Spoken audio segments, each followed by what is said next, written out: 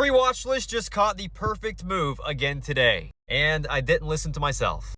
You're gonna love this. Last night, like always, I gave you the top 3 stocks that I'd be watching in the market today, and this is what happened. Now, of course, number 1, FGL. I said let's watch for the break of 55 with strength. Of course, that never happened, so no break, no trade. That was obvious. Next was MSGM, which I said let's look for pullbacks here in the morning over $3.60 for the range back to 5 and 6. This thing actually hit targets last night while I was editing the video, so by the time I got it posted, it already hit 5 and 6. But it did actually pull back and put in place some bottoms here over that 360 area up here underneath 4, and actually gave you a pretty nice move here back to 5 and 6 as you went in towards market open. But after forming this double top off the high, grabbing liquidity off the previous high of day, this thing then became invalid from here all the way back into the open. Then, of course, broke trend after market open, so no more opportunities here. I saw a lot of people trying to trade this down here over 360 just because the watch list said 360, but that means nothing if the stock is in a downtrend on the backside of its move. Then lastly here was MTC, which I said let's look for strength over 310, then look for pullbacks to set up over 280. And this actually gave the perfect move, broke over that 310, pulled back, gave you a nice spot for an entry, and made a move all the way to 348. And I am red on MTC today. So it halted up early this morning. I tried to take the pullback here off of VWAP to see if we couldn't get the squeeze up through 3.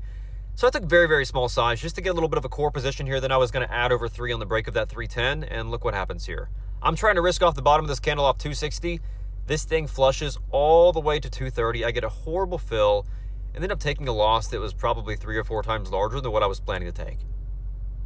Thankfully, only had lotto size. I didn't have much in the trade at all. So for me today, it is just a little small red day. First red day of the week after a big green day yesterday. So it is what it is. First red day in a while, but sometimes it just happens that way. But anyways, I guess that's why no break, no trade is so important. As always, make sure to follow for Monday's free watch list. I am hoping for a big week ahead, so I'll see you back then. Have an awesome weekend.